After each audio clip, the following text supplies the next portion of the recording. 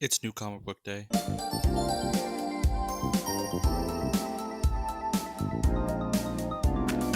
This is the haul. Everything I got this week or today. A little different. No last week reads for this video because I did a everything I read in October and that kind of also included last week's reads. Maybe a little bit of a shorter video. So we're just going to talk about what I got. V for Vendetta. This is continuing my line of getting every single compact comics. I think I do already own the trade for this, the regular trade. I actually had to read it for school, which was really interesting. I think that's why I bought it actually. But I really enjoyed this series. It's a really good book, a really good story. I think I am actually part of the crowd that thinks it works better as a graphic novel or a comic than a movie, especially because a big part of the book is that you can't tell who V is because you can't tell the voice.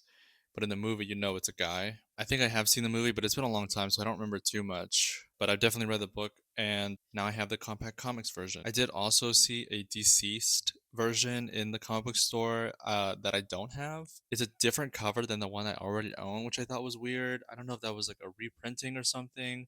I asked the guy, and he did not know anything about that. And I tried to look it up, and there was like no information about it. So I don't know why there's a separate cover for DC's. I actually kind of like the second cover better than the one I have, but I didn't bother getting it because I already own DC's in the compact form. So I didn't think it was worth it getting a second copy just for a different cover, especially if it's literally just another compact comics. Like, the only thing different was just like this image on it. Zatanna, it's showtime. This is a trade of the Zatanna miniseries that they just wrapped up. I do have the first issue and I read the first issue and I did like it a lot, but I didn't collect the rest of the series because I was just waiting for the trade to come out. And now that it's out, I have it and I can read it. I've heard a lot of good things about the rest of the series, and if the first issue is any indication, then I definitely will like the rest of the series because the first issue was really good. I do really like Jamal Campbell's art, and so far for the writing is really good too. I think he wrote Green Lantern Far Sector, which also is really, really good, so I highly recommend that book as well. But yeah, I'm excited to read the rest of this story because I liked what I read before. Batgirl number 13. Really big fan of Cassandra Cain. I really like her character. I'm a little iffy now about this story because I feel like this arc is maybe dragging a little bit. I've already said that a few times, but there are just a bunch of narrative things that I don't really vibe with in this story so far. Hopefully that kind of changes soon, especially with this issue. I would like to see that coming. I don't mind Tenji. I don't really hate the secret sibling arc as much as other people do. I do think it is repetitive and kind of a cheap shot, but I don't think it's like abhorrent like a lot of people say. Batman number 3. I am definitely excited about this series. I'm hoping it starts going in a direction I like because there are indications that it might go in a way that like I don't vibe with, just like kind of the Batgirl series, but obviously in a different way. I'm not really sure what direction it's going to go in because it's kind of hard to tell what exactly the general story is going to be. I know Matt Fraction said he wanted to be more episodic, but I'm not sure if I really feel the episodic nature of this yet.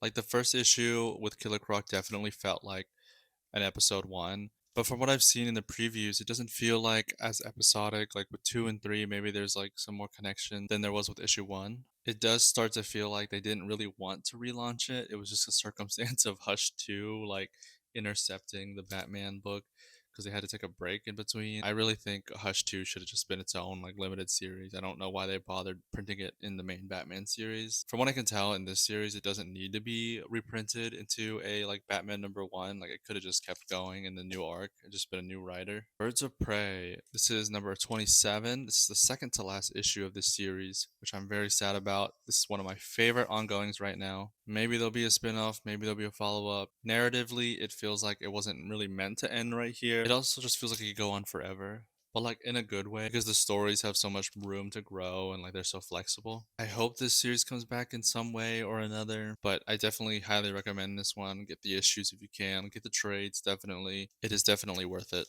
Batman number 47. This is a reprint of the original 1940s run. This is pretty cool. I think this is the first appearance of Joe Chill, the first time they mention his name.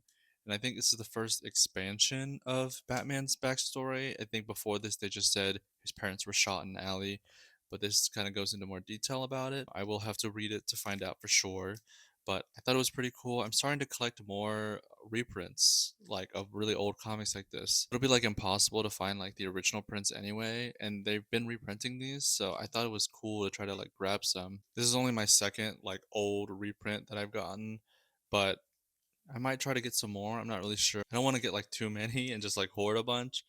But I thought at least this one was pretty cool. And the other one I have is Batman number one that I've shown in another video. Night Fight number one. This is a miniseries, kind of a spin-off of DCKO. I thought this was pretty cool. This is Bruce fighting versions of his Robins as if they were Batman. They're like alternate reality type of jumping scenario.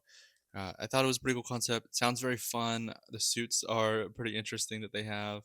I don't know why Damian doesn't have a collar. It's like the first time he doesn't have a collar in his own Batman suit. I think Jason's looks really funny with the whole full red mask and the little ears. I don't know why Tim's suit looks like that. I thought that was weird choice. Maybe they'll explain it, but I guess he doesn't really have a concrete like image. And I really like Nightwing's suit. I think that one's cool. I don't really have too many complaints about that one. But yeah, it'll be interesting to see how he fights them and what the situation is and what their Gotham looks like. Because I think that's like their pitch, like what Gotham would look like if they became Batman. I think Joshua Williamson might have teased that these aren't the only Bat family members that will appear. Hopefully not in just cameo situations, but I would definitely like to see other Bat family members appear and like how their situation would go, like if Bruce had died and like they take over in some way or form or another. But yeah, I think this will be a really fun read. I'm interested to see where the rest of this miniseries goes. I'm honestly like kind of more excited about this spin-off miniseries than I am the actual DCKO event. And it's not just because I really like Batman and the Bat family. It's kind of more just like DCKO is just not as interesting to me in general anymore. Like I think the contestants in the tournament seem a little uninspired, and then like we kind of get leaks about the winners and stuff, and I'm like, that doesn't. How does that work? Like it just seems like they're just messing around at this point. And the longer we go, it kind of feels like obviously Superman is the winner. So I'm kind of more interested of how that series ends, like what